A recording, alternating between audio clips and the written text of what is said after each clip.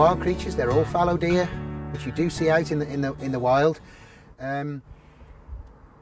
They've still got their winter coats on at the moment. They haven't quite, it's not quite warm enough for them to have their summer coats, so they look a little bit scruffy, but they're in good health.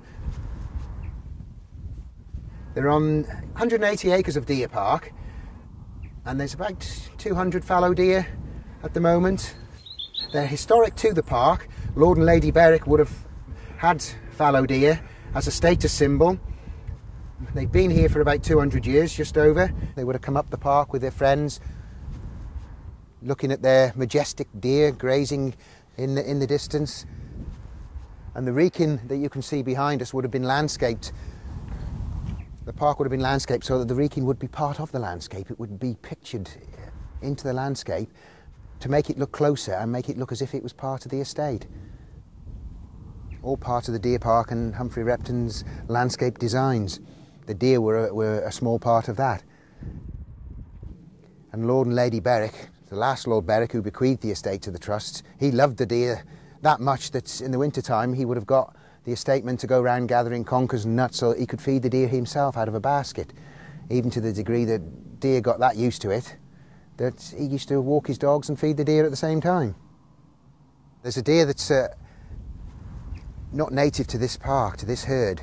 He's a wild deer that was on the outside of the park during the rut. He could hear all the noise and smells of the rut going on, and obviously he wants to take part in that.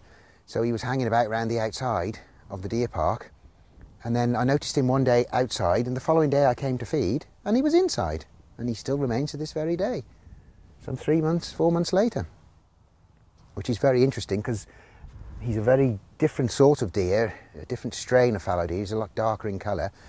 Not that I'd want the darkness in the park, but just for his body mass and his general good health, I would hope that he would take part in the upcoming rut in years to come, and he would spread his genes into the gene pool of the Attingham deer herd.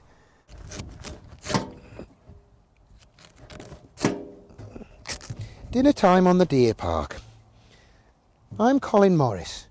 I'm Senior Park and Estate Warden here at Attingham.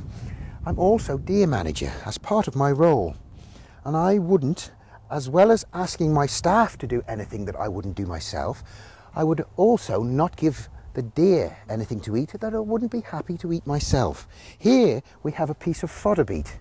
This is not sugar beet, this is fodder beet. Fodder beet is grown purely as a stock feed. It's a filler. It's very full of carbohydrates, that sort of thing, but the sugar content is very low in fodder beet. As you can see, it's very turnip-like. And as I say, I wouldn't give the deer anything that I wouldn't be happy to eat myself. So here we go.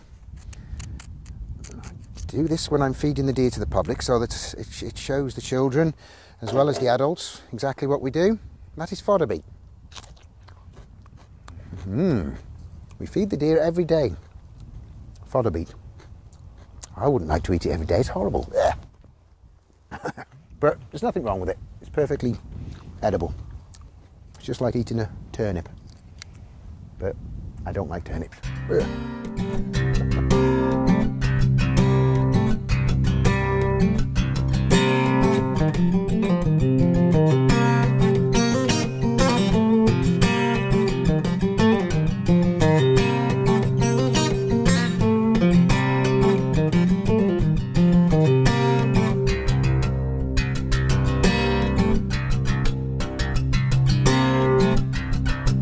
I feel very privileged to be able to come on the park and bring other people on the park and feed the deer on the deer park to the general public. It's a nice thing to do. It's a very responsible thing to do because all these 200 fallow deer that you see are my responsibility. It's up to me to keep them fit and healthy at all times. And it's nice to be able to share that experience of the fallow deer with other people, including the general public. And it's nice when people come to Attingham and they go for a nice tranquil walk round and they see the deer on the deer park grazing happily. So yes, it is a privilege. I'm very passionate about my job and about my work.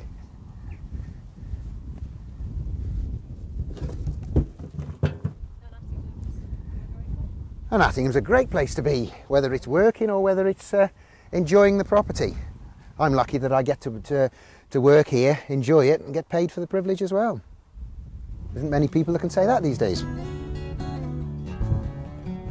And I'm very good at 10-pin bowling.